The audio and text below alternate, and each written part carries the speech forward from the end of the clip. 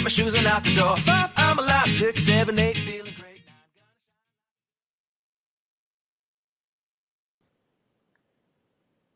Hello, BYWG Podcast Tribe. This is Dr. Noah. We wanted to make you aware of our August Book of the Month and Product of the Month.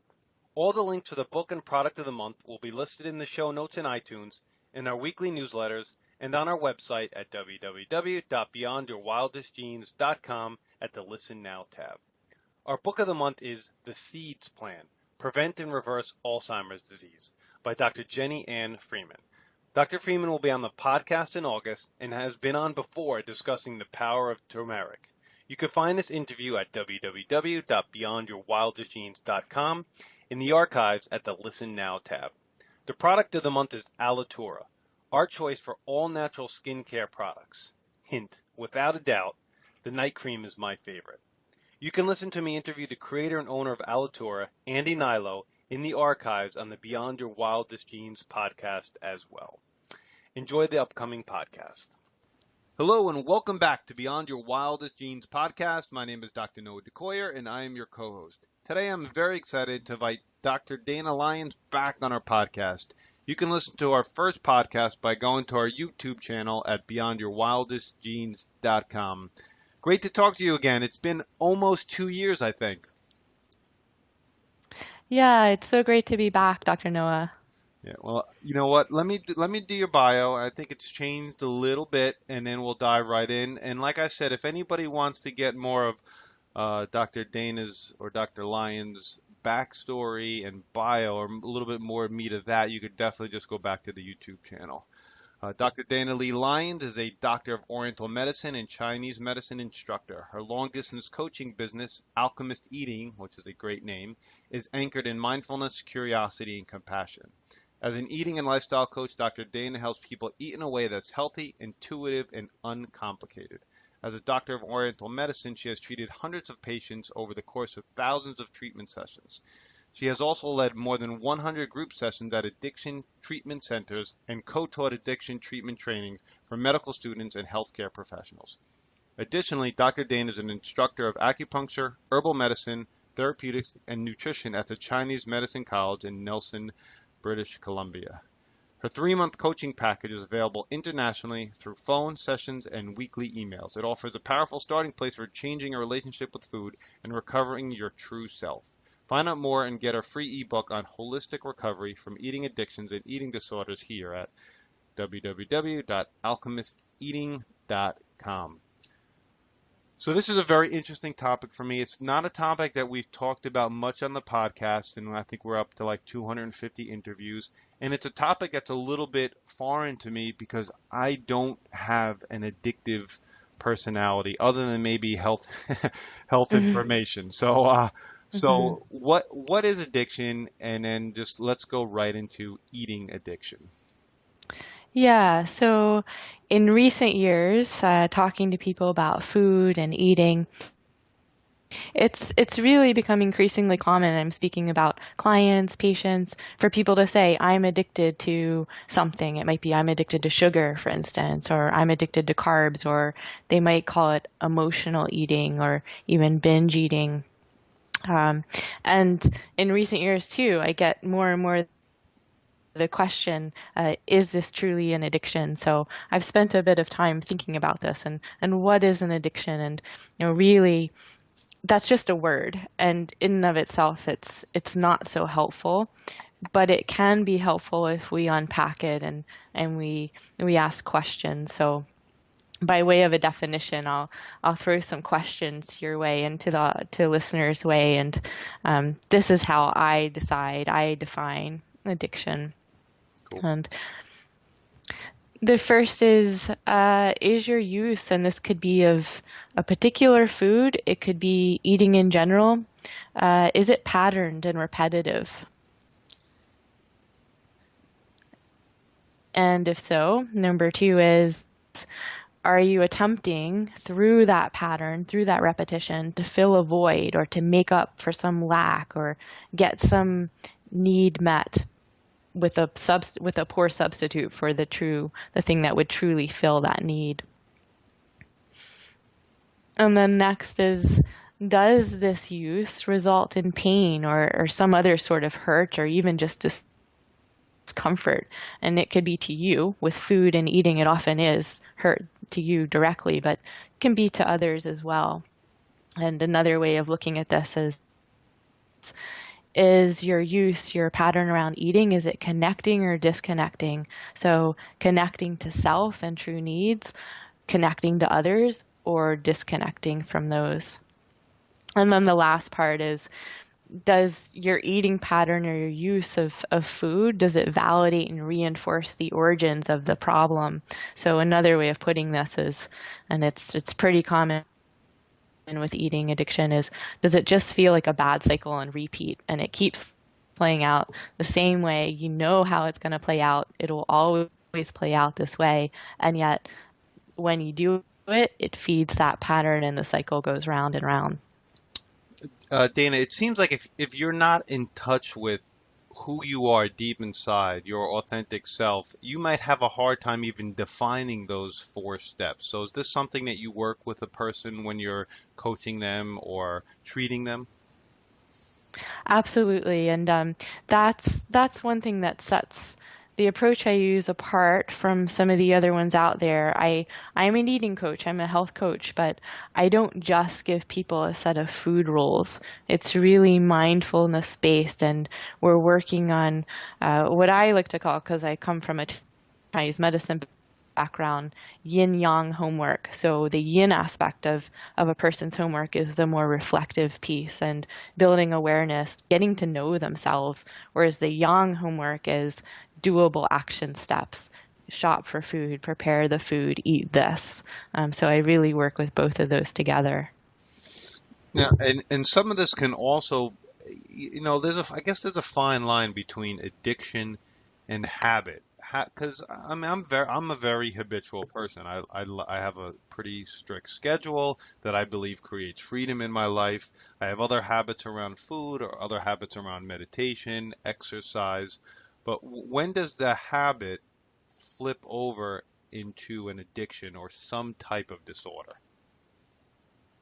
Yeah, and that's a really good question, because habits and routine can absolutely be supportive and healthy and can help us manifest our full authentic self. So a habit isn't necessarily bad.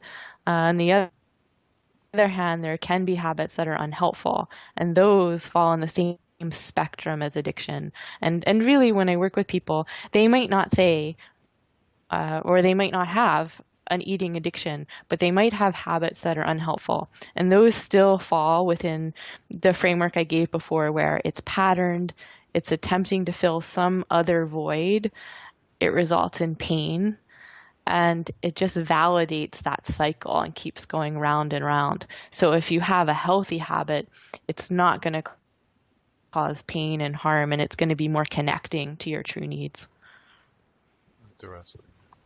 Now, I find your approach using your training as an Oriental medicine doctor pretty fascinating.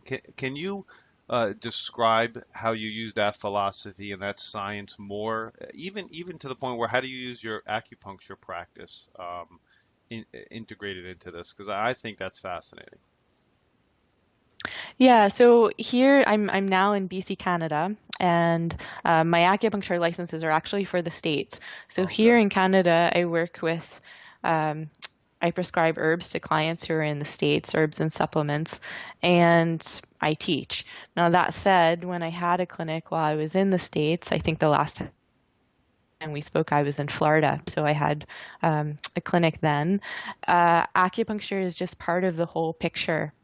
And really, the focus of my work with eating, with herbs, with acupuncture is to give people an experience of where they could be, realizing that authentic self that you mentioned earlier. And when it comes to eating, acupuncture is for sure helpful, moving the body towards balance, same as chiropractic work can move the body towards balance. Um, but I also, in a broader sense, I work in terms of what I like to call 3 circles with eating addiction. So, um, and this involves food, but it also involves mindfulness and getting aware about our patterns. And that those three circles that you talk about are in the ebook that I mentioned. And Mm-hmm. we can dive right into that right now if you'd like, as I think there's three circles in five. Oh man, I'm forgetting already. I just read it. Anyway, Yeah, you read it. So yeah. so let's let's just dive right into that ebook because that's your framework, right? That's what you created. That's your baby, right? Correct. Yes. Yeah, it really is at the core, the heart of my work with Alchemist Eating and my coaching work. Uh, and and as you mentioned, there's an ebook on this. It's free on my website. And I teach the same stuff to my Chinese medicine students. One of the classes I teach them is nutrition and lifestyle, and I teach them how to work with their patients, their future patients with these circles. So yes. So to just dive right into that, my work as an eating coach, as a doctor, really I embrace this truth that being healthy, eating healthy, doesn't have to be complicated. And real food is a powerful starting point. But that said, it can feel totally complicated, and a big part of this involves our eating patterns. So, and many times these patterns have been with us since our beginnings, since we were children. So they're not so easy to change. And when I work with people, yes, I give them food parameters, eating parameters, but I also look at where are they, and in particular, I look again in terms of these three circles. So I'll walk everyone through that, but again, it's in the ebook, which might be a little bit easier because there's a visual. So first two circles, these are addictive states, or they're just unhelpful patterns. Or habits. You could think about them that way too. The first one is fear of too much. So people who live in this circle, they're eating from fear of too much. And, and many times people who exist in this particular circle, this fear of too much circle, they feel overwhelmed or lost or maybe under attack. Things feel out of control. And, often this is coming from a place of trauma, abuse, heartbreak, loss, pain, some sort of wound, but in an effort to feel safe and in control, they restrict or eliminate or deprive themselves of food or nourishment. And of course, one extreme version of this is anorexia, that version of eating addiction, but there's lots along the spectrum, including obsessive dieting, including over exercise, even trying to just exercise it off, that sort of pattern. Obsessive number counting, like calories. Orthorexia is a big one we're seeing these days, especially in so-called healthy circles. So just trying to get the diet perfect and obsessing over it. So that's the first circle, is this fear of too much. And I think of this as the no, no, no circle. It's like, no, I'm not letting that in. And the people here who frequent this circle tend to have very strong willpower, and they tend to be very successful in certain parts of their lives, but they're depriving themselves of needed nutrients, nourishment. Then we have the other side, which is another circle, another unhelpful circle, fear of not enough. And this is the yes, yes, yes circle. So yes, I want more and more and more. And again, same as with the first one, it's not that people who live here are bad. They're usually coming from a place of trauma, abuse, heartbreak, loss, pain, fear, but they're trying desperately to get some need met, and they're doing that with a poor substitute for what's really needed. So in this, they're eating from fear of not enough, and people even say, I'm afraid of being hungry. So this can look like bulimia, it can look like binge eating, it can look like sugar addiction or carb addiction, or it can be somewhere else on the spectrum that's perhaps more widespread, so just comfort eating or emotional eating, but also not helpful. And it's, not to say that emotional eating once in a while is a bad thing or is going to lead to a downward spiral. But oftentimes this is it's feeding something that's it's feeding something other than what's really needed. It's feeding the wrong hole. And some part of us is still staying undernourished. So those are the two states that when I work with people, I look to see which one they inhabit most frequently. And there is often movement between them as well. So that's a possibility. And then, because that all sounds not so hopeful, there is hope. There's the third circle.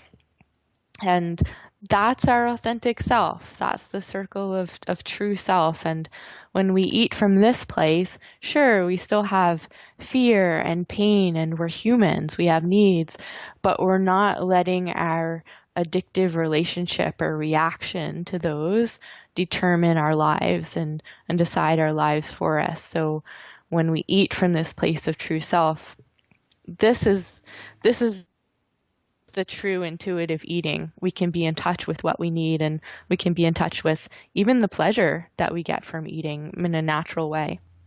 So my work is to help people move towards that circle and live in it more often. And, most of us don't live in it all the time, but the more time we spend there, the better.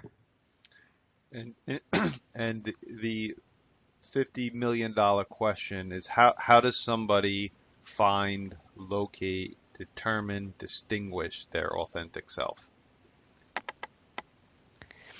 Yeah, so getting to that place, that's the big question. And there are different ways to do it. And depending on which of the two circles, the two fear-based circles, someone tends to live in most of the time, the medicine is actually going to look different and the steps are going to look different, because even the way someone keeps a food log, I won't have someone who lives in fear of too much and they're into obsessive counting. I won't have them keep a food log that has lots of numbers in it, for instance. But that type of food log can sometimes be helpful for people who live in the other circle. So it depends. And then I'll also say, and I walk through these in my ebook too, I rely on as a guiding as a place of guidance or guiding principles. There are 5 healing steps that I consider universal. And these really have a lot to do with finding your right balance between surrender and sovereignty. And both are hugely important in recovery and just in finding your authentic self and living the fullest version of yourself. So what are those 5 steps?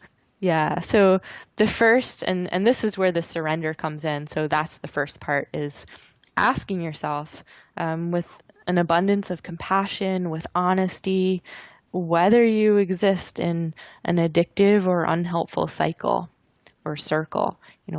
Is your use of food, is your eating behavior, is it repetitive and painful, like a bad cycle and repeat? Are you eating from fear of too much? Are you eating or not eating from fear of too much, I should say? Or are you eating from fear of not enough, trying to fill a lack or soothe some wound? And are your patterns connecting or disconnecting with self and with others? That's the big question I find, is are they connecting or disconnecting? Because that one's pretty clear if you think about when you eat.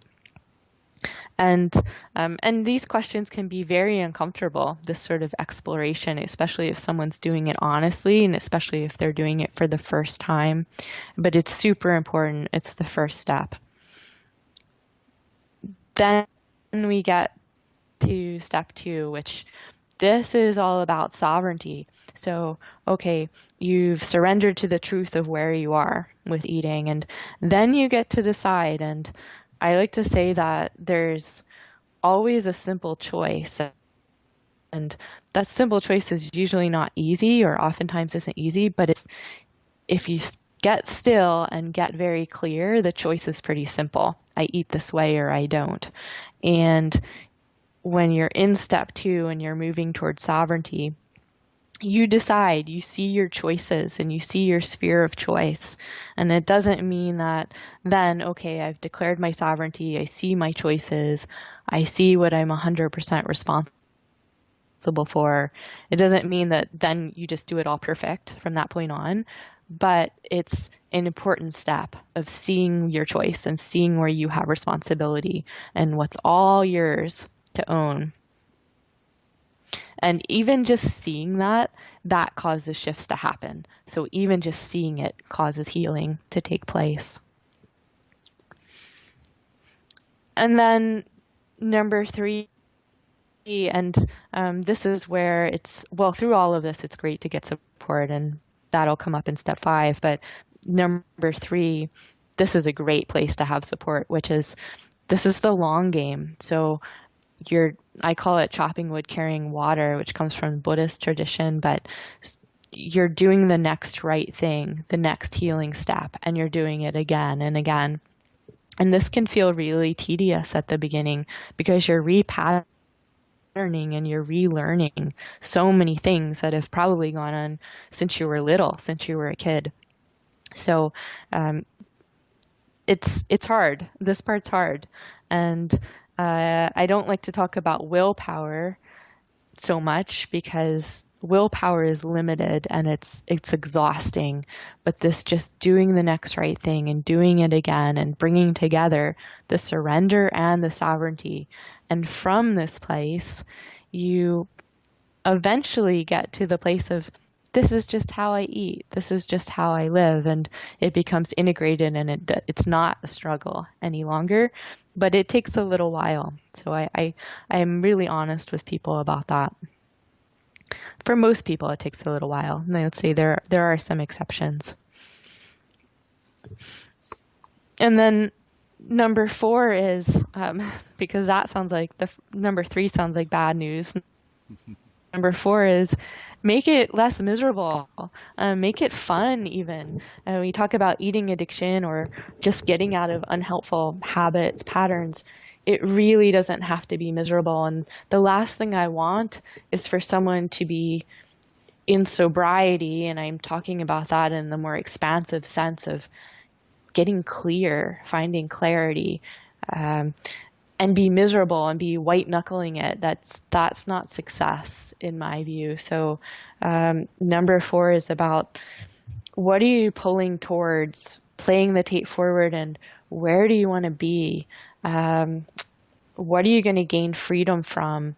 Also, just finding what you love to do and do it. And I don't mean just love in that moment, but what does your heart really love? What does your authentic self really love to do?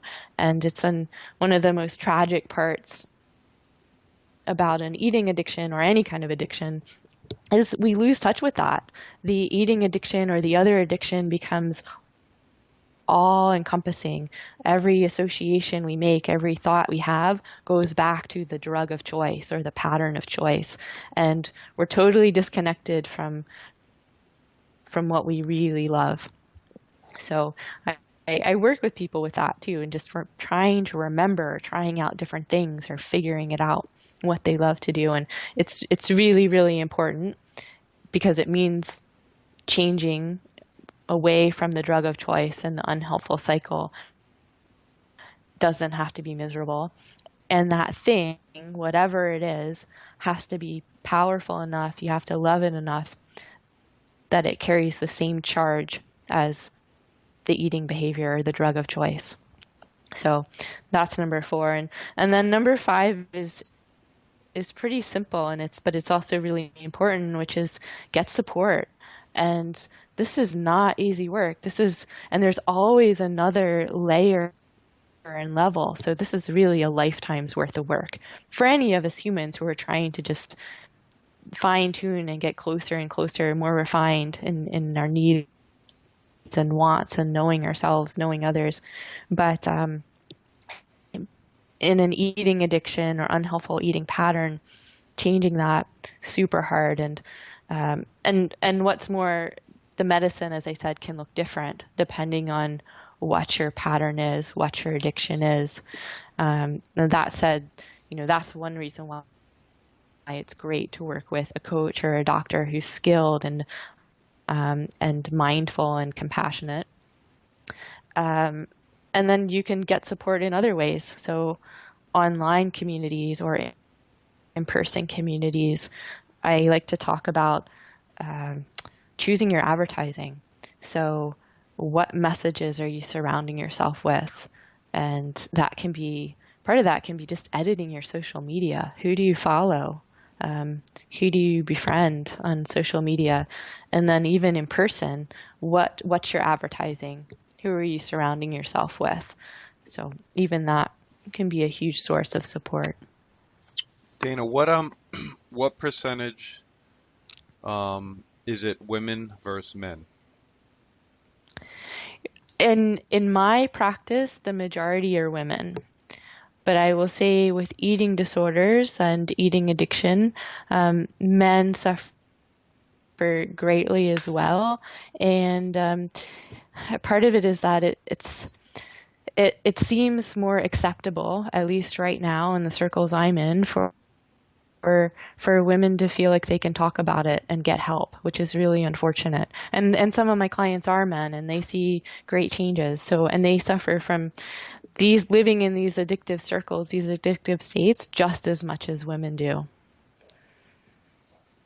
Okay, because I look at it as much more of a common issue or concern or problem with women, but there's got to be a high percentage of men having problems, just like we're talking about right now. Yeah, absolutely. And it's tough in the sense that I mean I can only imagine, but it seems that it may be harder for them to ask for help and support. Yeah, I think in most cases it's very harder for men, and I'm uh, to find their authentic self, or to be able to give them the time and space to find their authentic self. Hmm. But I don't know. Maybe I'm wrong. So, what where do you get the travel bug from? Because you've been all over the place since I've known you.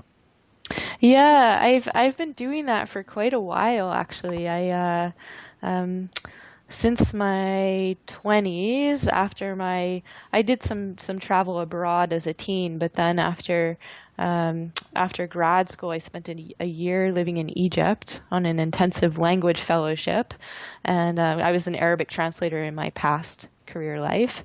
And I've just liked to move around and just experience different places and different ways of being and living, and then just seeing the commonality amongst all of us humans.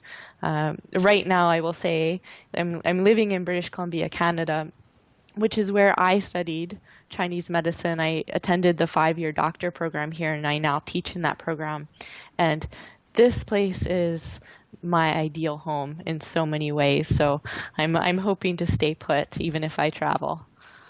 Arabic translator. Wow, I would not have expected. Do you still speak Arabic? Yeah, my speaking, no, it's quite rusty. I can still read, but the speaking is is rusty. I'm sure it would come back if I spent some time there again. That's pretty cool. Now, we talked about your ebook. We talked about your Alchemist Eating website. Are those the best ways for people to get in touch with you? I mean, you have, I think you have a blog that you update regularly. What are the touch points for our listeners to get more of your information? Yeah, the number one place is, I would say, my website. So, and I offer free support there. I have 3 free ebooks, including the one on eating addiction, and then I have a sugar addiction ebook for sale. I have weekly blog posts, a weekly newsletter that they can sign up for there. And the website also talks about my coaching packages. So I all my coaching is long distance by phone, email, online forms, and I have a 2-day eating addiction intensive, as well as you mentioned the 3-month program. I now offer the package in 3, 6, or 12-month packages of personalized eating coaching. So all that information is on the website, and And then, yeah, from there they can find me on Facebook, on Instagram, LinkedIn, those other places. If if if I was to ask you what your one real niche within this eating disorder, is it anorexia, is it bulimia, is it sugar, is it a little bit spread around, or is there one real niche that people seem to really gravitate towards you with? I will say that the majority of my patients, my clients, inhabit the circle of fear of not enough. So that's where you see things like sugar addiction, carb addiction, overeating, too much comfort eating, emotional eating. Many inhabit that circle. Um, but I work with many in the other circle too, so that's where you would see anorexia. So, I don't know about a niche, but the people who seem to gravitate towards me tend to be eating from fear of not enough. And really my overall focus is looking at the bigger picture and just coming at it from a place of mindfulness and compassion, and bringing in medicine, and bringing in, I say minimalism on my website, and I mean that in the expansive sense. So minimalism in the sense of keeping things simple and looking at the whole person and their whole life, and where can they make it easier and simpler rather than overcomplicate things that our body naturally wants to gravitate towards. Yeah, you mentioned that somewhere in the ebook or on your website that you really like and teach a more simpler life. Is that a fair statement? Yeah, absolutely. Oh, so speak on that a little bit, because I have a complicated life. Holy moly. Yeah, yeah, yeah, I hear you. Even for myself, it's really a work in progress. I'm always working on myself to try to design my schedule, to design my life in ways that are most supportive. And as with everything, eating and lifestyle, there's always another place of attention and care and fine tuning. Um, but yeah, one of the things I've been doing with a number of my clients recently is that same thing, is helping them design supportive lives. So what's going on in their schedule? What kinds of routines could we put in place? Rituals even, and our relationship to time it's a personal construct, and we have tremendous power to shift it and to make it in our personal living space also, for that matter, be simpler and to support us in finding a place of more spaciousness and ease instead of making everything we do feel more complicated. I should mention that one of the free ebooks on my site, it's called it's Keep It Simple Mantras for Minimalist Eating, or for Minimalist Living, and it walks through some of the, I call them mantras in the book, but it's these places of work, places of exploration that people can do to simplify and to find ease with eating and with lifestyle. I think that's really important. That's why I mentioned in the beginning too, um, I believe scheduling your day, scheduling your activities, scheduling your vacations, even far in advance, really opens yourself up for more freedom and a more simplistic life. Yeah, absolutely. I think people think scheduling is the opposite, that it bogs you down, but scheduling your life opens you up for more freedom. At least that's my belief anyway. Yeah, for sure, because as long as you're scheduling in times that are a bit spacious and it's not all block to block work, because like I tell many of my clients, you have to allow some space for other things to come in, including what you most want, and just to connect with what's going on inside and with others. Totally agree. One final question, and I didn't ask this when I interviewed you the last time, but I've probably asked my last 50 guests. Um, from waking to sleep, what is your daily routine? Oh no. And some Yeah, people don't want, some people don't it, have them, you know? yeah, no, I absolutely do. I love routine. It's funny that you're asking me this now because I'm in the process of shifting and playing with new things and ideas. It's just always fun to to look anew with new eyes at schedules and routine from time to time. But let's see, let me walk you through this. Now, normally I'm instructor at the Chinese Medicine College, but I have a couple of months off right now. So right now I wake pretty early. The sun gets up here this time of early this time of year in BC, and I I get up, I have water and I take some herbal medicine, and then I do a probably 10-minute to 15-minute yogic breath and movement practice called the five Tibetans.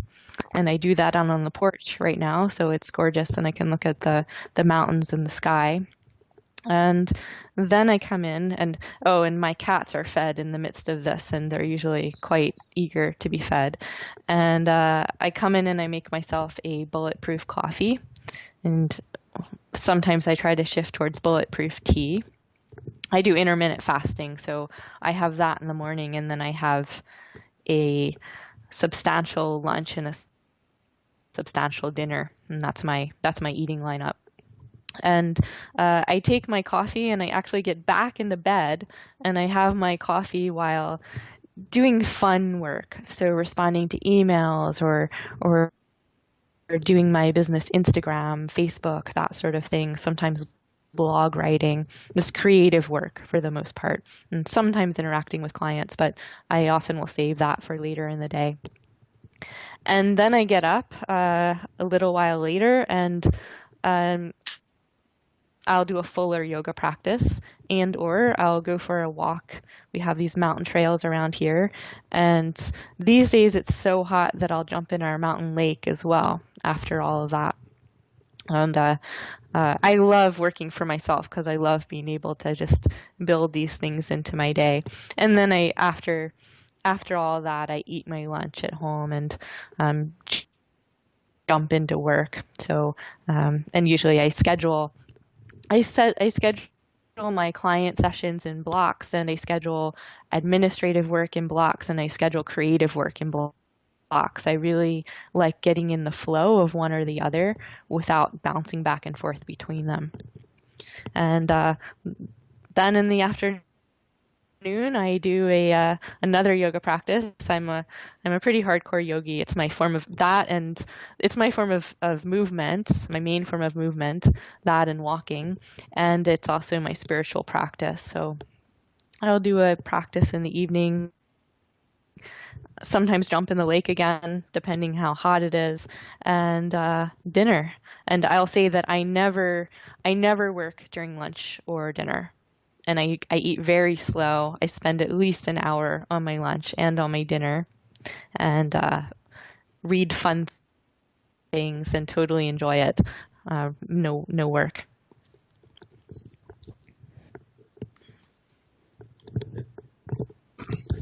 And how do you wind down at the end of the day?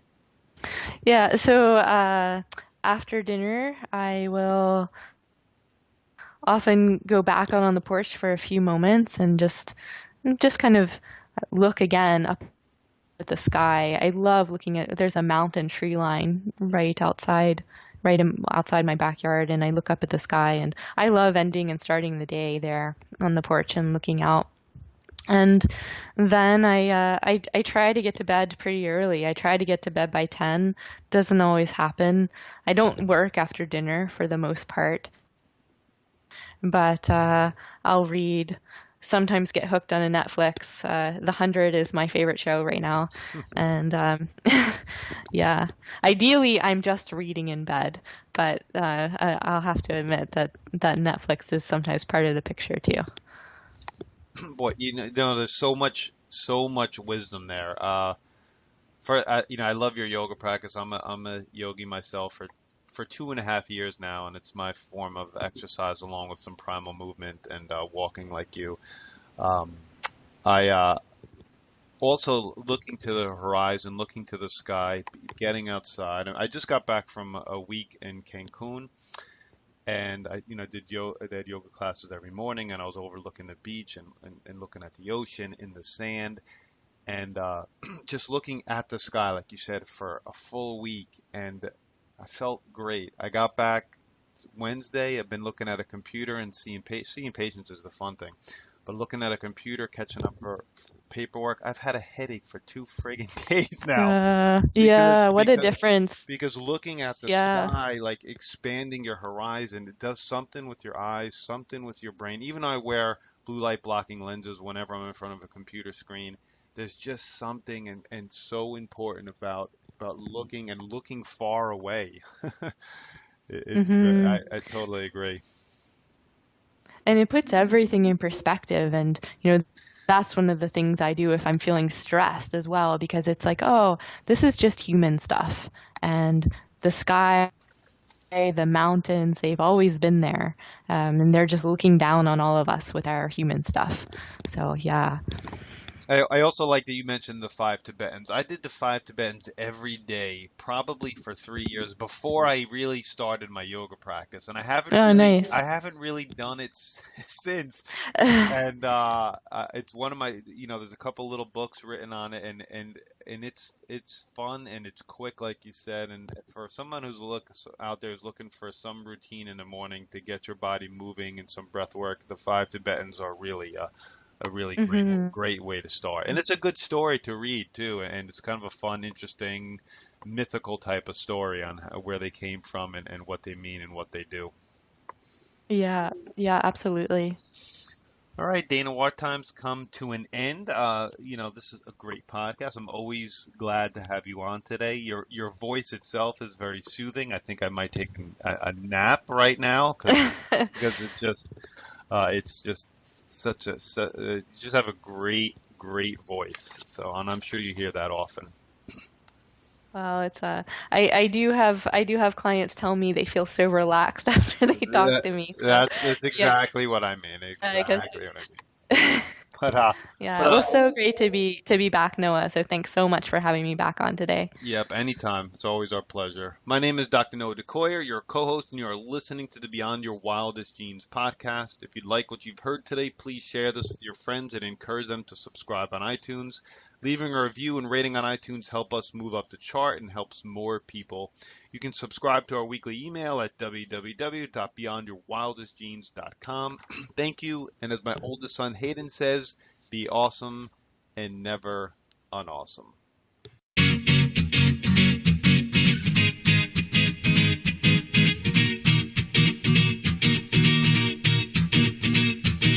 1, 2, 3, 4, get my shoes and out the door. 5, I'm alive. 6, 7, 8, feeling great.